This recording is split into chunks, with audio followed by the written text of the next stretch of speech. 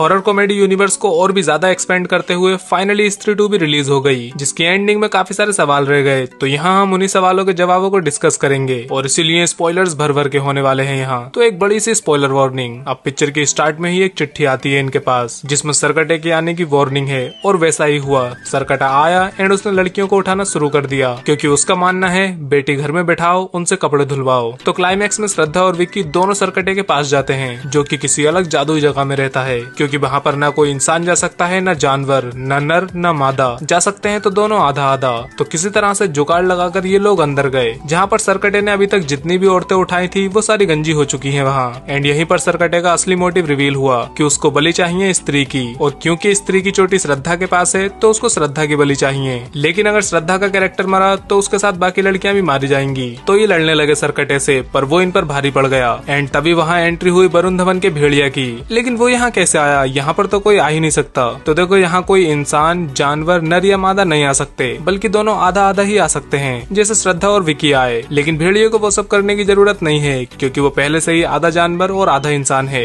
इसलिए वो वहाँ पर आराम से आ सकता है। इसके बाद श्रद्धा ने जो स्त्री की चोटी अपने बालों में लगा रखी थी वो सरकटे ने वहीं पर तोड़कर फेंक दी। मतलब चमत्कारी चोटी की जो भी शक्तियाँ थी वो गई अब। लेकिन तभी वहाँ पर श्रद्धा ने बहुत जोर से स्त्री को माँ कहकर पुकारा और वो आ गई, जिसके बाद इन सब ने मिलकर सरकटे को हरा दिया। लेकिन श्रद्धा ने स्त्री को माँ कहकर क्यों बुलाया? वो इसलिए क्योंकि ये उसी की ही बेटी है। पर स्त्री को तो बहुत टाइम पहले मारा गया था, तो उसकी बेटी अभी तक कैसे जिंदा है? दरअसल ये जिंदा नहीं है, ये भी एक भूत ही निकली, एक छलावा, जो अपनी माँ की आत्मा को आजाद कराने के लिए विक्की के पास आई थी। लेकिन यहाँ वो विक्की के सामने ही उसको सब कुछ सच बताकर गायब हो गई। अपना नाम भी बताया उसने, लेकिन हमसे उसका नाम अब भी छुपा लिया गया। आफ्टर दैट विक्की के हाथ में फूल की एक पत्ती रह जाती है, जो अचानक से किसी तरह की एनर्जी में बदलकर विक्की की बॉडी के चारों ओर फैल गई। अब जहाँ तक मुझे लगता है ये काम श्रद्धा का ही है, क्योंकि वो भी वैसे ही सेम गोल्डन कलर की एनर्जी में बदलकर गायब हो गई थी। तो अब इस एनर्जी से होगा क्या कि विक्की के अंदर भी कुछ पावर्स आ जाएंगी, क्योंकि आगे इसे अभी और भी बुरी शक्तियों का सामना करना है। भाई सिनेमैटिक यूनिवर्स है, फिल्में तो आएंगी ही आगे भी।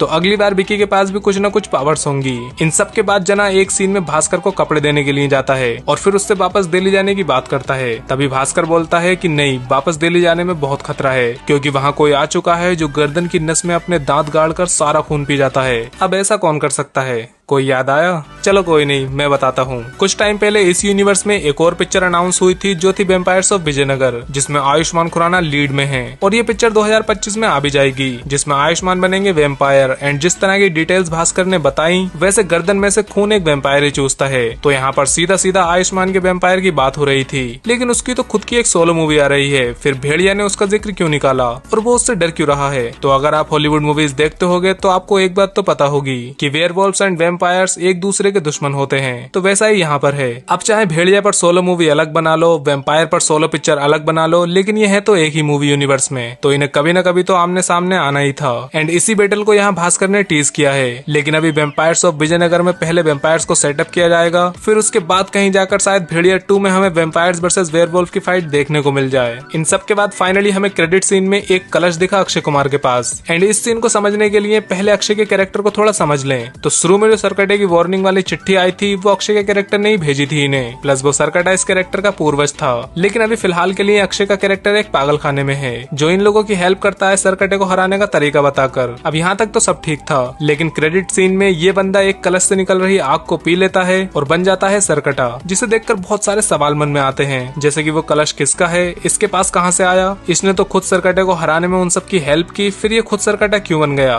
तो जहाँ तक मुझे लगता है इसको सरकटे की पावर्स चाहिए होंगी, इसलिए इसने पहले सरकटे को हराने का तरीका बताया, और फिर जब सरकटा हार गया तो उसकी सारी पावर्स इसने खुद ही छीन ली। एंड ऐसा होने का सेंस भी बनता है, क्योंकि ये सरकटे का ही वंशज है। तो किसी तरह से सरकटे की सारी पावर्स इसमें ट्रांसफर हो चुकी हैं। अब जब अक्षय कुमार को इन्होंने कास्ट किया है तो किसी छोटे मोटे रोल के लिए तो क्या नहीं होगा। मुझे लगता है कि यही कैरेक्टर इस यूनिवर्स का मेन विलन होगा, और इस बंदे को रोकने के लिए पूरे हॉरर यूनिवर्स के सभी कैरेक्टर्स को एक साथ एक पिक्चर में आना पड़ेगा, मतलब एक अवेंजर्स टाइप क्रॉसओवर मूवी। तो ये थी स्त्री 2 की एंडिंग। बाकी स्त्री 1 पर भी मैंने एक ग्रैंड वीडियो बनाई है, तो वो आप सामने क्लिक करके देख लेना। बाय।